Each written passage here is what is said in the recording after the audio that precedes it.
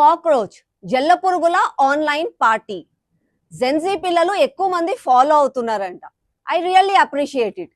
మన దేశాన్ని నిర్మించాలి అని అంటే జెన్జీ పిల్లలు ముందుకు రావాలి. అలాంటి వాళ్ళు ముందుకు వచ్చి సమాజ నిర్మాణం చేస్తాము, మార్పులు రావాలి అని అంటే నిజంగా కూడా స్వాగతించదగ్గ విషయమే.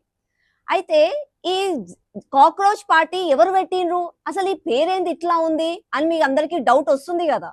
అయితే ఈ కాక్రోచ్ పార్టీని ఒక ఆమ్ ఆద్మీ పార్టీ లీడర్ పెట్టిండంట. ఈ ఆమ్ ఆద్మీ పార్టీ వాళ్ళు ఎవరు మీకు గుర్తే ఉండుంటది. అరే మన దేశం మొత్తం ఉన్న కరప్షన్ ని చీపిరి పట్టుకొని ఊడ్చేస్తాము, ప్రక్షాళన చేస్తాము అని చెప్పి ఏర్పడిన పార్టీ. కానీ వాళ్ళు ఏం చేశారు, ఉన్న 10 సంవత్సరాలు అధికారంలో వాళ్ళు ఏం చేసిండ్రు, కేవలం కరప్షన్ చేసిండ్రు, ఏం చేయలే, చెప్పినవన్నీ మర్చిపోయారు. కాబట్టి అధికారం ఊడిపోగానే అల్లే మేము ఇవన్నీ చెప్పినాం కదా మళ్ళా ఇవి చేస్తామని చెప్పి ఒక ఆన్లైన్ పార్టీ అని పెట్టి ఆన్లైన్ లో ఒక పేజ్ పెట్టిండ్రు. అయితే దీనికి కాక్రోచ్ అన్న పేరు కూడా ఎందుకు ఇంత వెరైటీగా పెట్టిండ్రు అని అంటే, సుప్రీం కోర్ట్ జడ్జి ఒక రోజు ఏదో ఒక మాటలో మాట్లాడుకుంటూ ఈ నేటి కాలం పిల్లలు అందరూ బద్దకస్తులు, లేజీగా అయిపోయినరు, కాక్రోజుల లక్క అని చెప్పి సంబోధించిండ్రంట. ఆహా, అంటే జెన్సీ అంటే కాక్రోజులు, లేజీలా, అయితే దీంతోనే నేను ఒక పార్టీ పేరు పెట్టి పార్టీ ఆన్లైన్ నడిపిస్తా అని చెప్పి నడిపిస్తున్నారు. ఇక ఇంకొక ముచ్చట మీకు చెప్తా వినండి. నాకు ఇప్పుడే మా పిఆర్ టీం చెప్తున్నారు, ఈ ఆన్లైన్ పార్టీ ఏదైతుందో కాక్రోచ్ పార్టీకి 15 మిలియన్ ఫాలోవర్స్ ఉన్నారంట. అంతమంది ఫాలోవర్స్ ఉన్నారంట. వాళ్ళందరూ జెన్జీలే అని చెప్పి పేజ్ పెట్టిన వాళ్ళు చెప్పుకుంటున్నారు. కానీ వేరే సోర్సెస్ ఏం చెప్తున్నారు, అలా సగం మంది పాకిస్తాన్ వాళ్ళు, బంగ్లాదేశ్ వాళ్ళు, ఆఫ్ఘనిస్తాన్ వాళ్ళే ఉన్నారు, మన దేశాన్ని విచ్ఛిన్నం చేయాలన్న ఆలోచన ఉన్న వాళ్ళే అందులో ఉన్నారు అని వాళ్ళు చెప్తున్నారు. ఇక ఎవరున్నారా ఏంది అన్న ముచ్చట పక్కన పెడితే జెన్జీ పిల్లలకు నేను ఒకటి చెప్పాలనుకుంటున్నాను.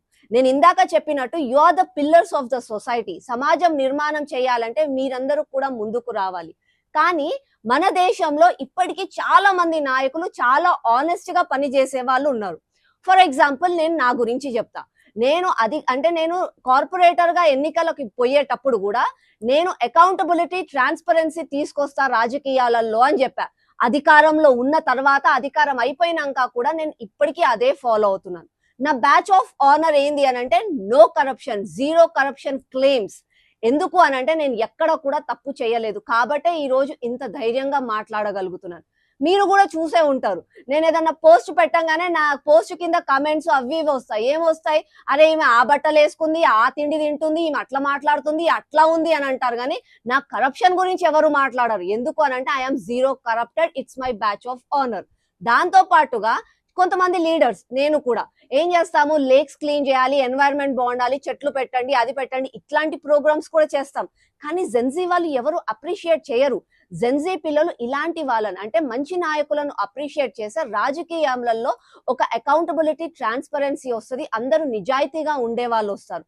కానీ ఏమవుతుంది, నేను క్రింజ్ గా మాట్లాడి ఎవరినైనా తిట్టాను అనుకోండి, చాలా మంది సపోర్ట్ చేస్తారు, ఎంకరేజ్ చేస్తారు. అలా కాకుండా మంచి ఏంటి, చెడు ఏంటో మీరు తెలుసుకోండి. నేను ఎందుకు చెప్తున్నానంటే you are important for the society. Cockroach party అని, ఆ పార్టీ, ఈ పార్టీ అని వచ్చి మిమ్మల్ని ట్రాప్ చేయాలని చూస్తున్నారు. కాబట్టి what ever you do it wisely and rightly.